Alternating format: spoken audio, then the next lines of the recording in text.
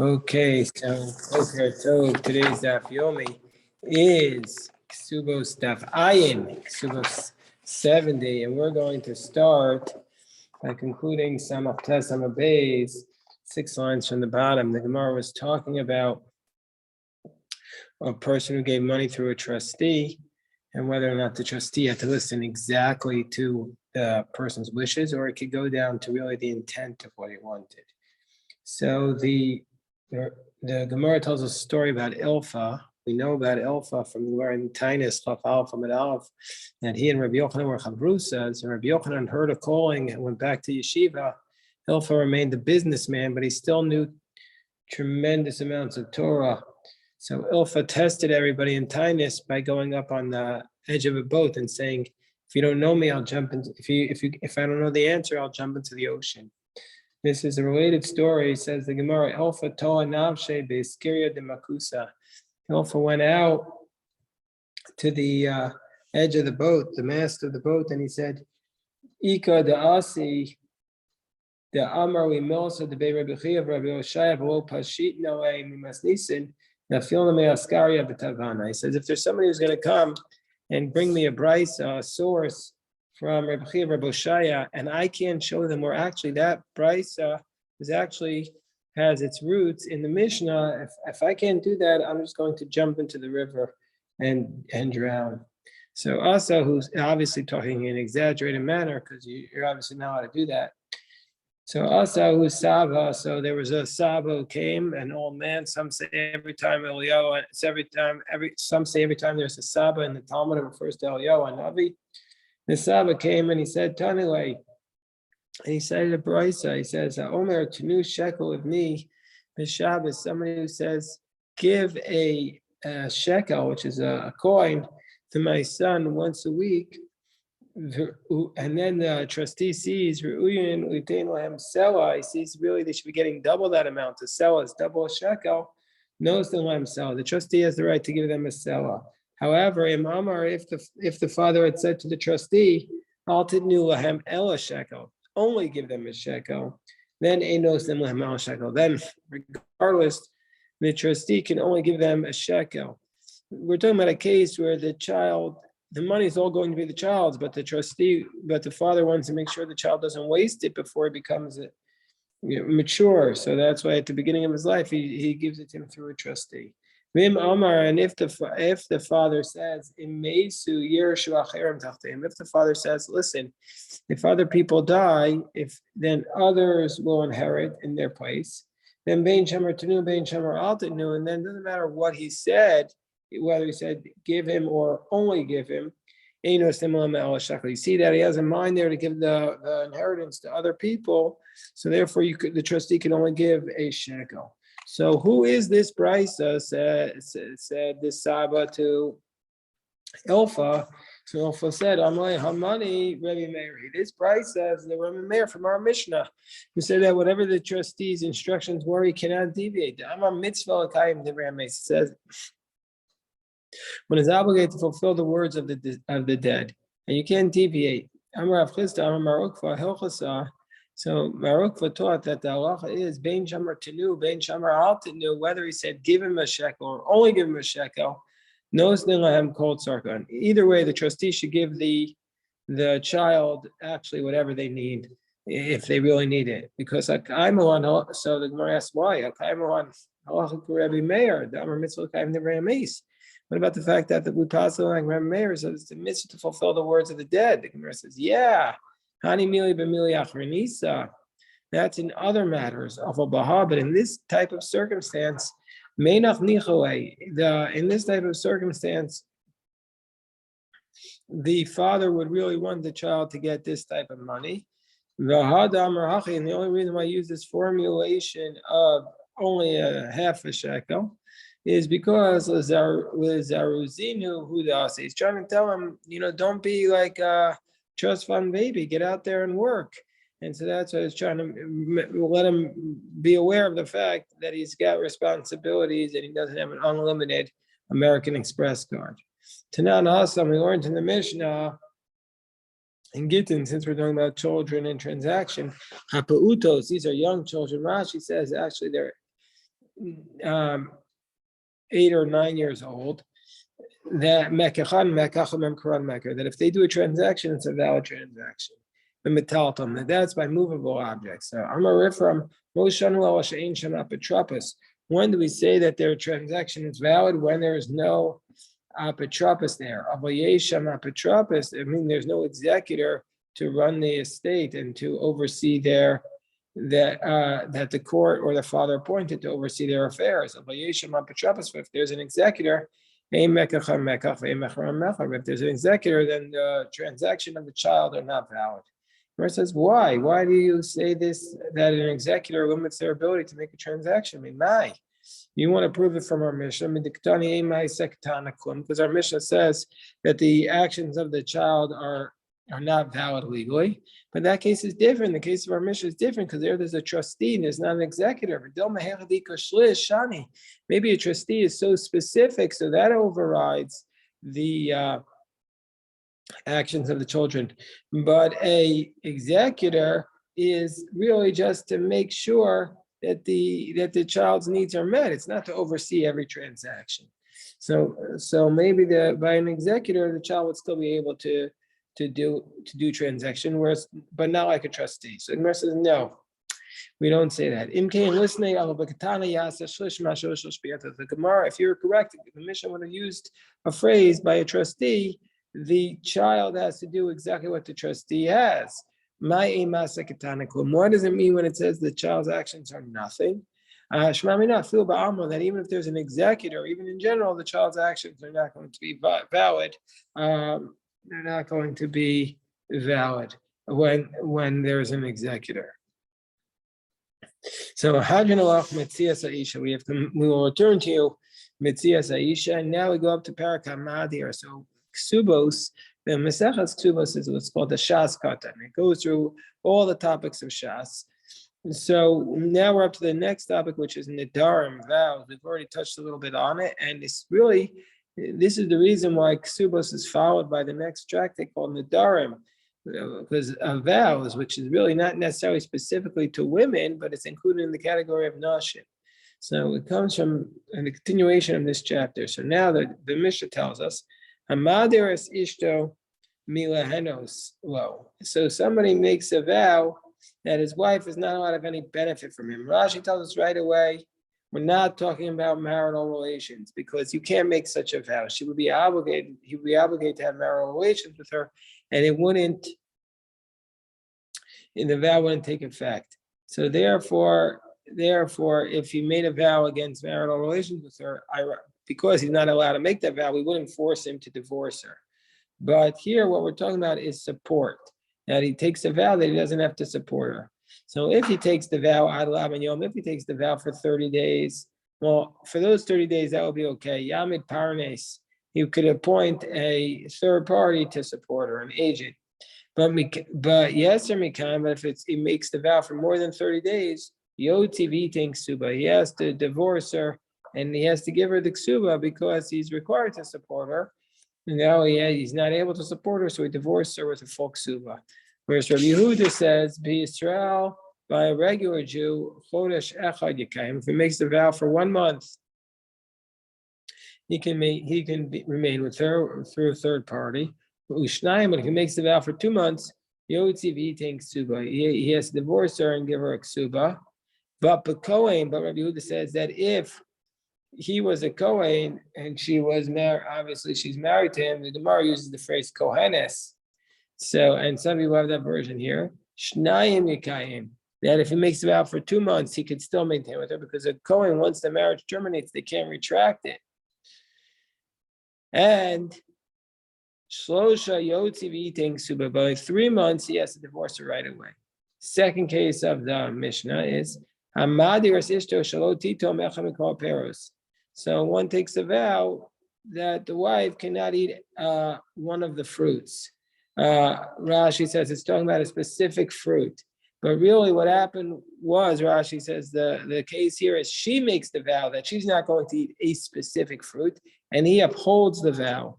So under those circumstances, Yotziv eating Ksuba, you have to divorce her right away and give her a Ksuba.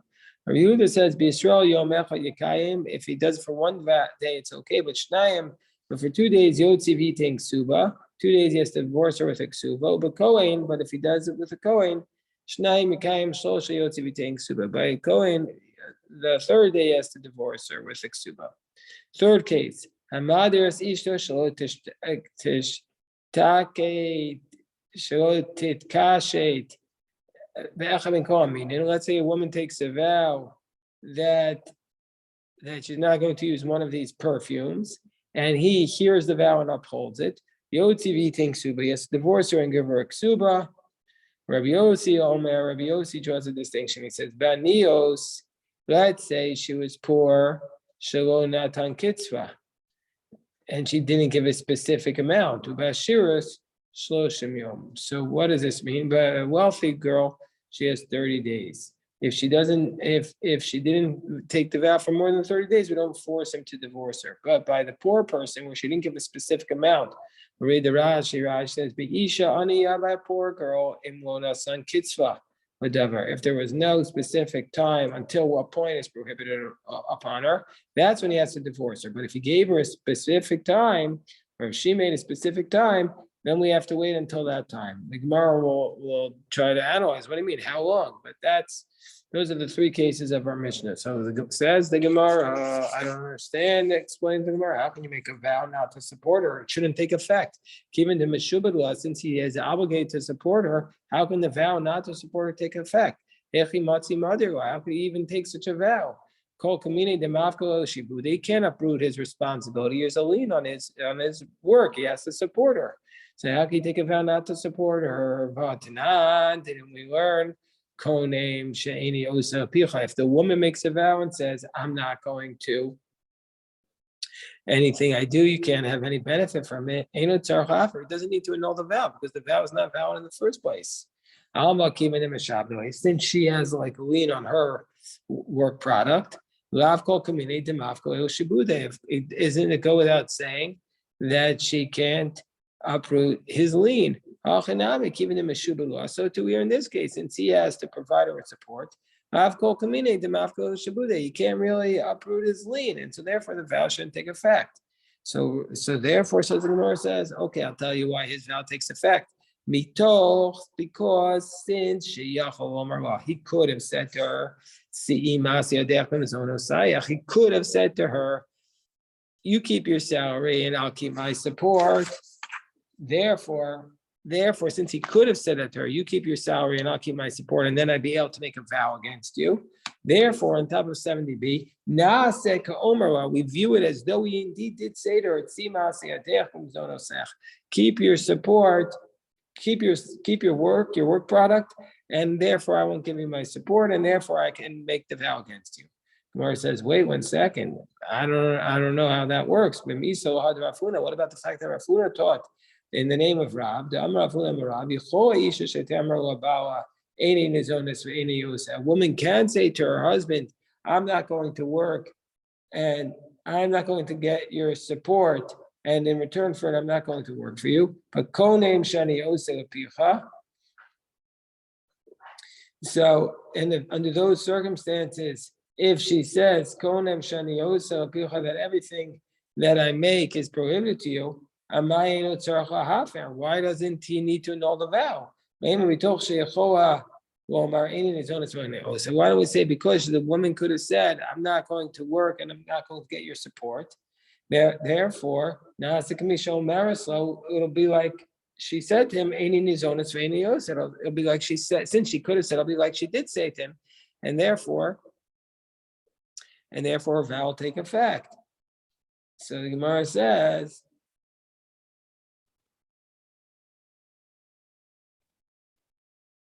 so for this reason, the Gemara says, so Gemara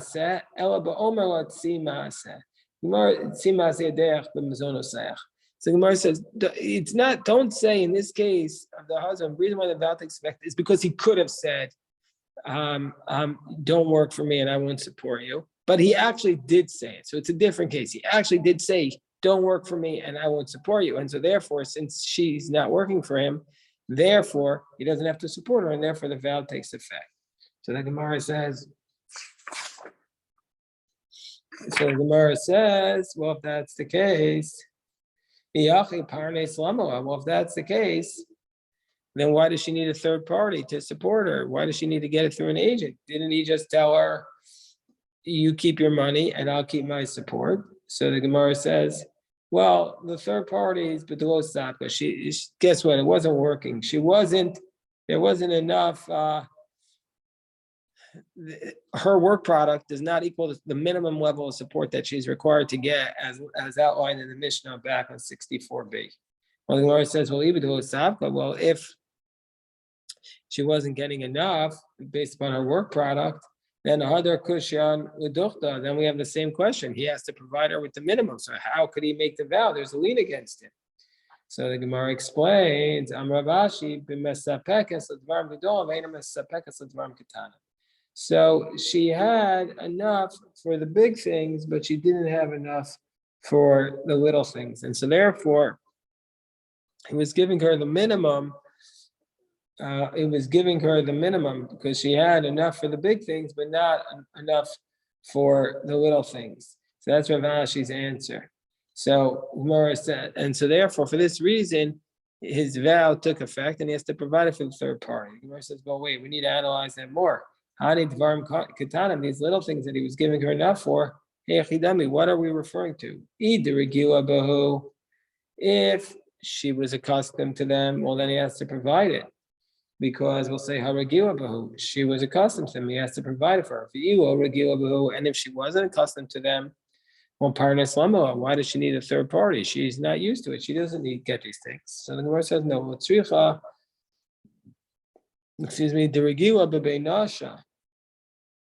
she was accustomed to the stuff in her father's home.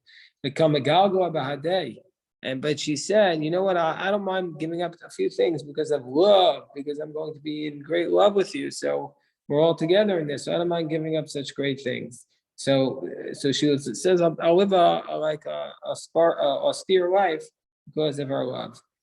The Amrawesh, but then she says to him, Ada, up until today, that you weren't making vows against me. Galgolina badach, I was willing to sacrifice for you. But Hasha Darta, but now you made this vow. Then it's not the case that I'm willing to forsake these things. And so therefore, even though the vow took effect, now she says, I don't like the vow. So Gemara says, Hasha Dartan.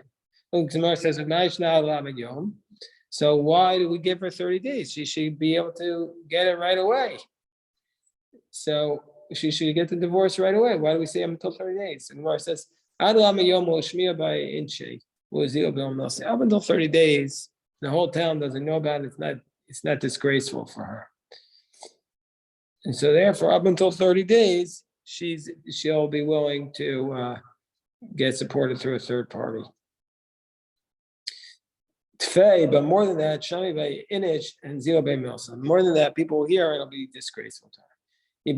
Alternatively, the alternative suggestion is, how did he make the vow? And so then, how come he supports her through a third party? So the alternative answer to this question,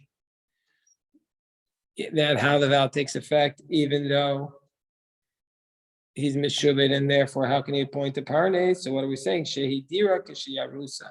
He takes the vow when she's betrothed, and so therefore the vow takes effect.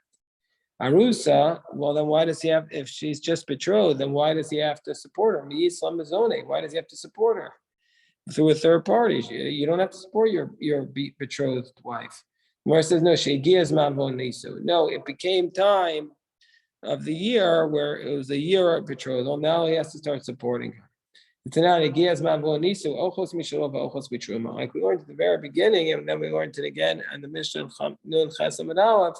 And once the year comes up, he has to start supporting her, and also she can eat from his truma. And why do we give him 30 days to support through a third party? Because we can rely upon the parties to do his job for 30 days. But more than 30 days, an agent doesn't do his job for more than 30 days. I don't know, maybe it's like a menial job, people move on. And by the same rule, third approach is he made her betrothed when he made her vow when she was betrothed. And then the Nises, and then she got fully married. Nises, the Gemara says, well, if she got fully married with the vow upon her, she accepted these conditions. Gemara says, the Amra Kesubos she said, I thought I could accept these conditions. But now I realize I can't really tolerate these difficult conditions. Gemara says, well, and so therefore I need a divorce, and you need to support me through a third party, and then divorce me. Gemara says, well, well, that's a valid excuse, Gabi Mumin, by a blemish. If she says, I thought I could withstand your blemish, but now I realize I can't find. Now she's entitled to divorce. But with respect to support, she waived her rights. She can't go back on your economic deal. So Gemara says, it goes by either one of the first two approaches that we had. The two approaches that we had, either the latter one was that she was an arusa and then her year was up, or the first approach was where she was getting the first approach was, he says, you support yourself, and then he was providing her with the parnasa, with the large things, not the small things. And she changed her mind about accepting the vow.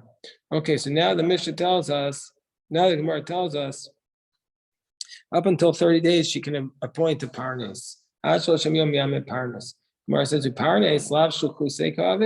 so isn't the parnes, what does that accomplish? If the man takes an oath not to have any, that he's not going to benefit the wife at all, then the third party is his agent, and we have a concept that an agent is exactly like the person who appointed him. So we say from here, it's not directly his agent. He says, whoever supports my wife is not going to lose, meaning to say, you hear, oh, he knows I'm going to get paid back. Gemara says, but this is indeed still the definition of an agent. Somebody was thrown into a pit, and he's in the pit. He says, he says, whoever listens, hears the voice, let them write a get for his wife. We say in those circumstances, that is his agent, and they can write and give the get. So we see from here,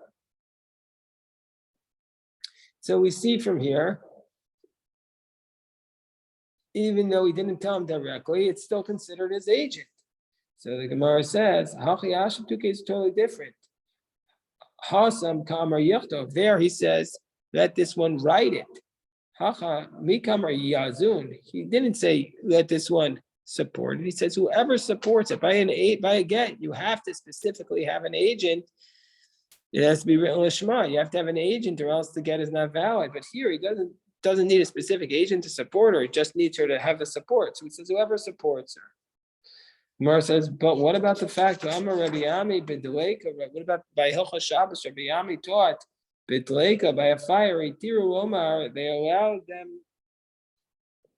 The rabbis allowed somebody to say, if there was Rahman al a fire in your house, Kol machaba eino mafsi. Whoever puts out the fire, it does not lose. And why does it say this case? Why did Rabbi Ami say that this was specific to a deleka by a fire? Isn't it coming to exclude something? Isn't it supposed to say that in that case, whoever puts out the fire does not lose? You're allowed to say it by a fire, because lives will, people might come to do a worse sin if you don't allow the fire to get out. But by our circumstance, you wouldn't be allowed. It would be agency. The Gemara says, no, no, it's not excluding our case of agency, it's excluding the other cases of Shabbos.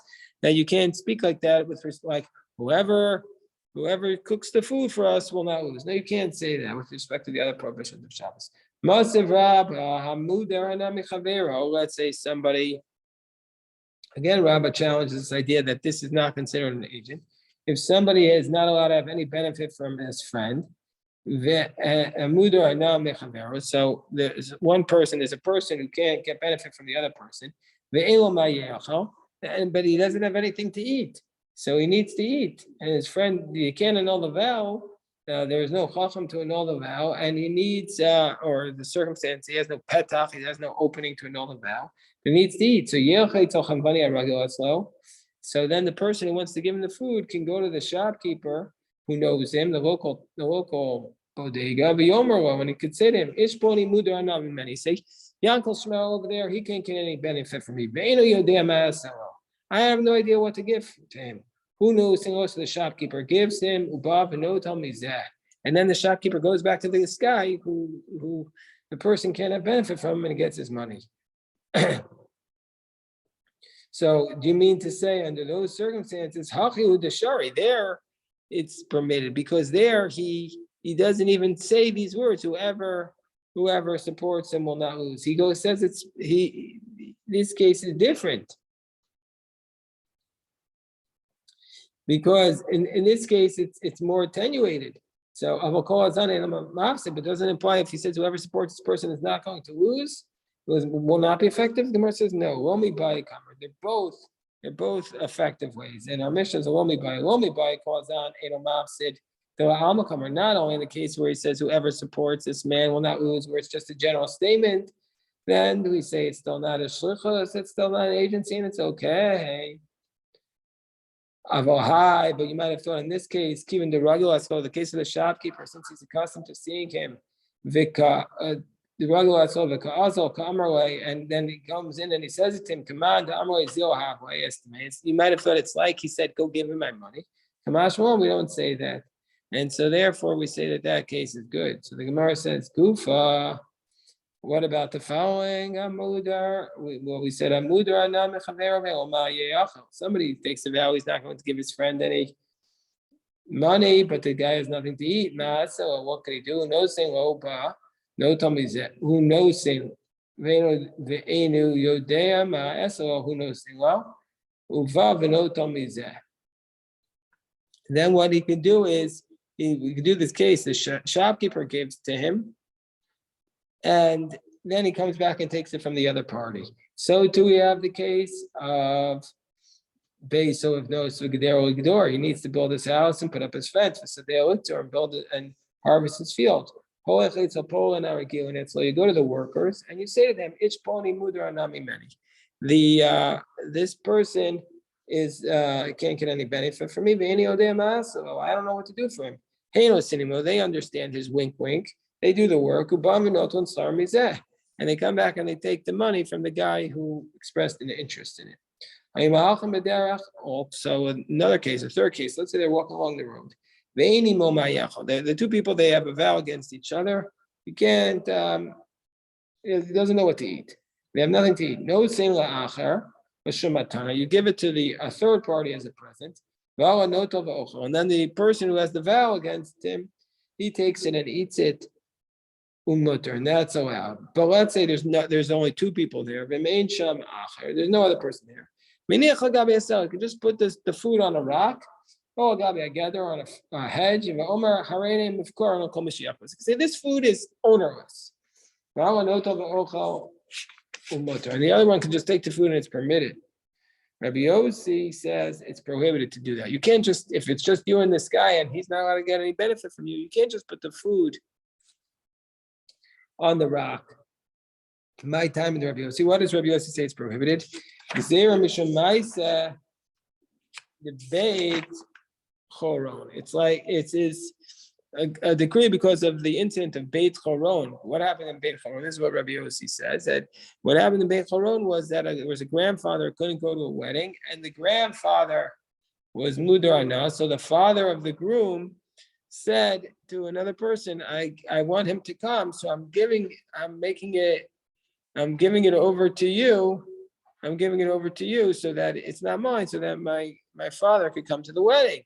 But this guy got it, and he says, if it's really mine, I'm dedicating it straight to the temple. Well, when that happened, the father said, well, if I would have known you would have done that, I never would have made it ownerless. So we see from here that when they were making it ownerless, Rabbi Yossi says their intent was not strong. And so therefore, as a consequence, Rabbi Yossi doesn't allow it. Okay, so this is introduction to Nadarim. Tomorrow will be some more Nadarim.